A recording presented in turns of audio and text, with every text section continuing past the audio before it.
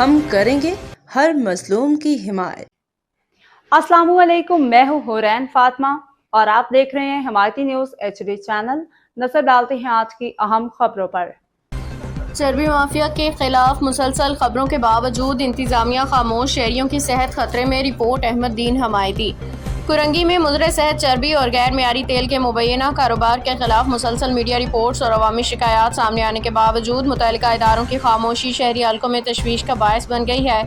ذرائع کے مطابق انسانی صحت کے لیے نقصان دہ چربی اور نقصان دہ تیل مختلف علاقوں میں سپلائی کیے جانے کا سلسلہ تاحال جاری ہے، جبکہ ذمہ دار اداروں کی جانب سے مؤثر کارروائی دیکھنے میں نہیں آ رہی۔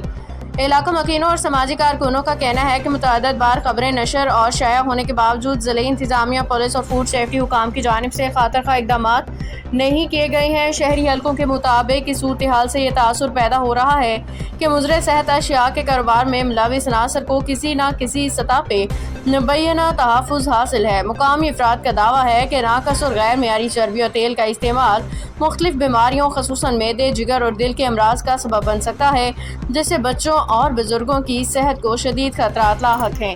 ان کا مطالبہ ہے کہ فوڈ سیفٹی قوانین پہ سختی سے عمل درآمد یقینی بنایا جائے اور عوام کی زندگیوں سے کھیلنے والے عناصر کے خلاف بلا امتیاز کارروائی کی جائے۔ علاقہ مکینوں کے مطابق بعض پولیس اہلکاروں اور فوڈ سیفٹی ڈپارٹمنٹ کے چند اہلکاروں کی مبینہ ملی بھگت کے باعث یہ کاروبار کھلے عام جاری ہے، تاہم اس حوالے سے متعلقہ اداروں کا موقف سامنے نہیں آ سکا۔